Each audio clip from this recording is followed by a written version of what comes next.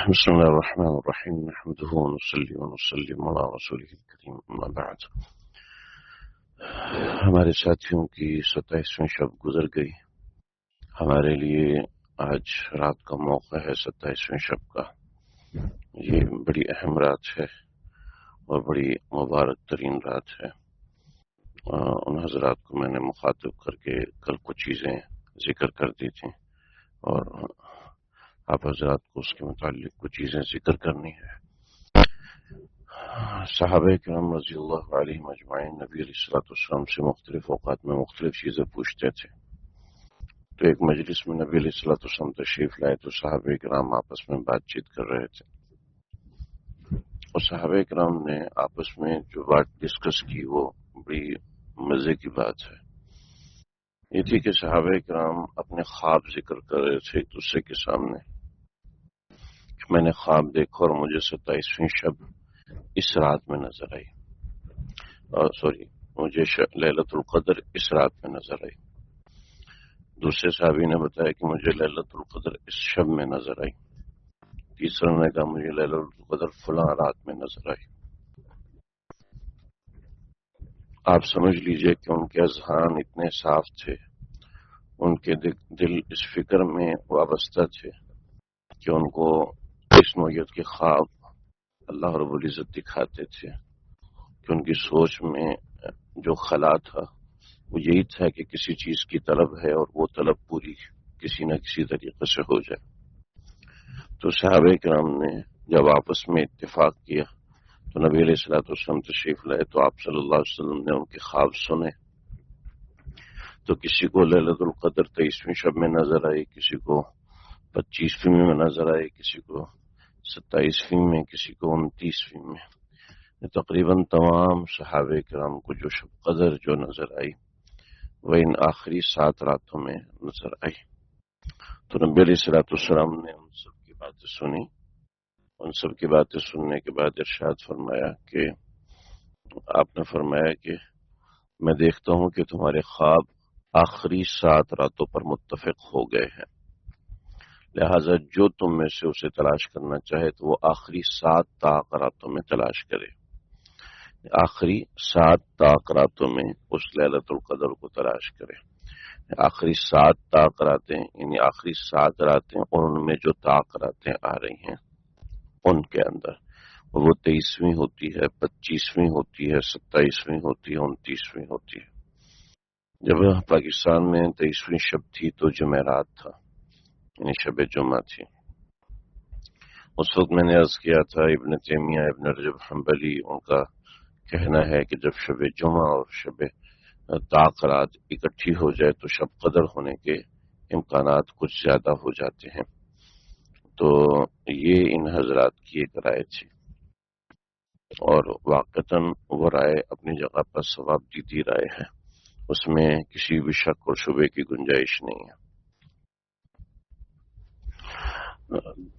تو ابن تیمیہ رحمۃ اللہ علیہ, ابن رجب حنبلی رحمۃ اللہ تعالی علیہ کبار محدثین ہیں. شب جمعہ اور رات اکٹھی ہو جائے تو اس کی فضائل جمع ہو جاتے ہیں, شب قدر کا امکان زیادہ ہو جاتا ہے. لیکن اس کے ساتھ ساتھ کچھ دیگر احادیث بھی ہیں کہ صحابہ کرام نے مختلف اوقات میں مختلف چیزیں پوچھی. تو یہ جو ہے وہ 7 راتیں, یہ 7 راتیں آخری یعنی آخری 4 راتیں اس میں بڑی اہم ہوتی ہیں. لیکن دوسری روایات میں آخری 10 راتیں آتی ہیں تو وہ بھی اپنی جگہ پر اہم ہے. لہذا 21ویں, 23ویں, 25ویں, 27ویں, 29ویں یہ شب قدر ہونے کے امکان قوی ہوتے ہیں. اور چند ایک سال پہلے مسلسل یہ محسوس کیا گیا کہ مسلسل 1 سال 21ویں شب قدر تھی, ایک رات 23ویں شب قدر تھی. جیسے پچھلے سال کئی مشائخ کابر اللہ والوں سے جو ڈسکشن ہوا تو انہوں نے بتایا کہ 27ویں شب یعنی پچھلے سال 27ویں شب تھی, شب جمعہ بھی تھی اور 27ویں شب بھی تھی. اور مزے کی بات یہ تھی کہ پچھلے سال پوری دنیا کے اندر رمضان اکٹھا گزرا تھا, نہیں غالباً پچھلے سال نہیں, شاید کسی اور سال میں. تو خیر بہرحال، لیکن ایک اور روایت آپ حضرات کی خدمت میں عرض کرنا مقصود ہے، اور وہ یہ ہے کہ نبی علیہ الصلوۃ والسلام سے جب صحابہ کرام نے شب قدر کے حوالے سے سوال کیا تو آپ علیہ الصلوۃ والسلام نے ارشاد فرمایا کہ جب چاند کٹورے کی مانند ہو جائے، کٹورے کی مانند ہو جائے، ہمارے ہاں تو کٹورا عام طور پہ استعمال نہیں ہوتا، لیکن گاؤں دیہات میں کٹورا استعمال ہوتا ہے، تو سمجھ لیجیے ایک باؤل ہے نا، اس باؤل کے اگر کنارے، اوپر کے کنارے کٹ جائیں تو وہ ایک کٹورا ٹائپ بن جاتا ہے۔ تو جب چاند اس طرح کا ہو تو سمجھ لو کہ یہی رات ليلۃ القدر ہے، اس نوعیت کی روایات ہیں۔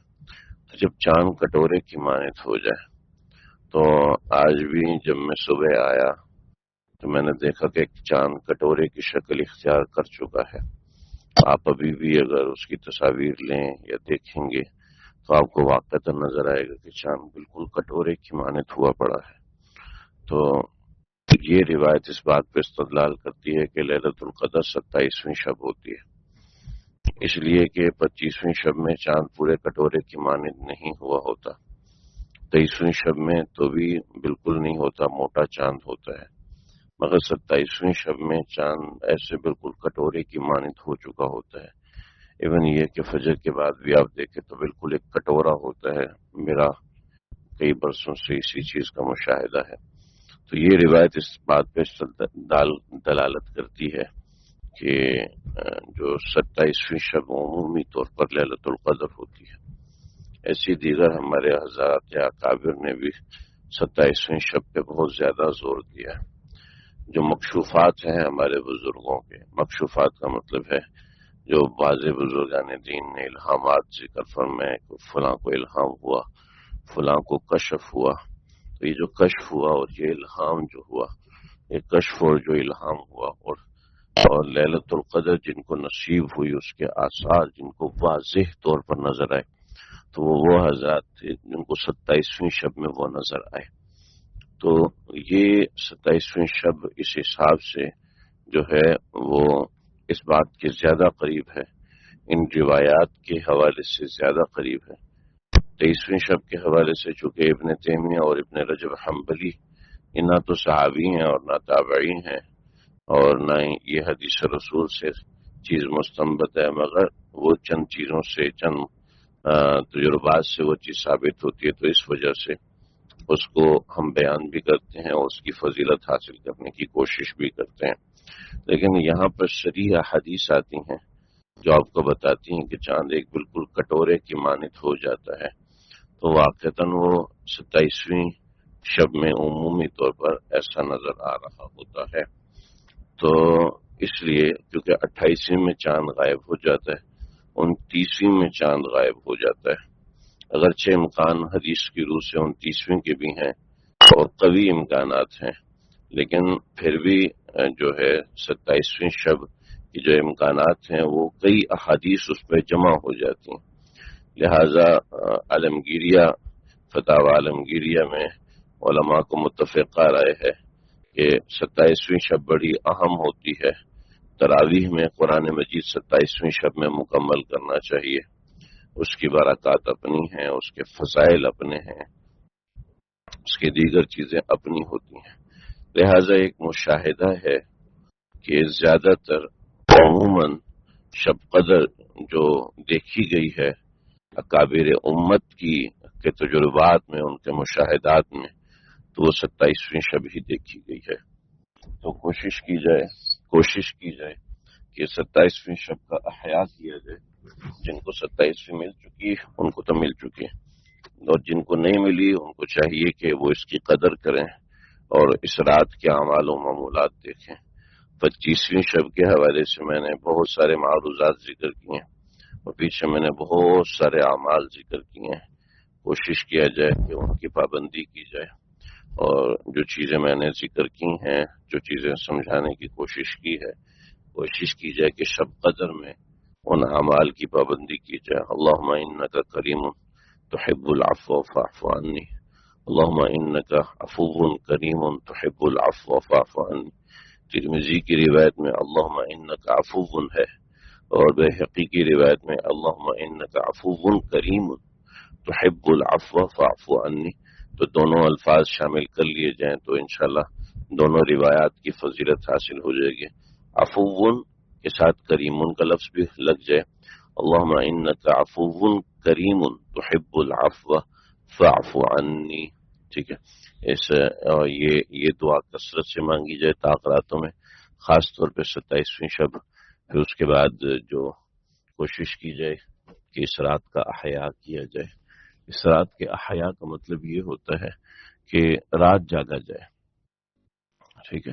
اور اس کے ساتھ جاگنے کے ساتھ دوسرا عمل ہے کہ اس میں جو عبادات کی جائے وہ عبادات بڑی فضیلت والی ہیں کہ 83 سال 4 مہینے اس عبادت کی مقدار بنتی ہے جو اس ایک رات میں کی جاتی ہے، یعنی اس کو اللہ 83 سال سے ضرب دے دیتے ہیں، اس 2 نفل کو، اس 2 روپے کو، اس 2 درہم کو، اس 2 ڈالر کو، اس 200 روپے کو، اس 200 کو اللہ رب العزت ضرب دے دیتے ہیں۔ یعنی ایک آدمی ہے، اس نے 100 روپے صدقہ کیا تو 83 سال تک 100 روپے کوئی صدقہ کرتا رہے، ذرا خود حساب لگائیں تو کمپیوٹر فیل ہونا شروع ہو جاتے ہیں کہ ہر سال وہ 83 سال یعنی اس کی لائف ایکسٹینڈ کر دی جائے، اس کی نیکیوں کو ایکسٹینشن مل جائے تو کتنی بڑی نیکی بن جاتی۔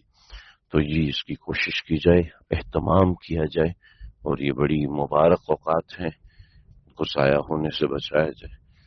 جو ہمارے بڑے دنیا سے جا چکے ہیں ان کو خاص طور پہ ان اوقات میں یاد رکھا جائے۔ اللہ تعالیٰ مجھے آپ سب کو ان اوقات کی قدر کرنے والا بنائے۔ السلام علیکم ورحمۃ اللہ وبرکاتہ۔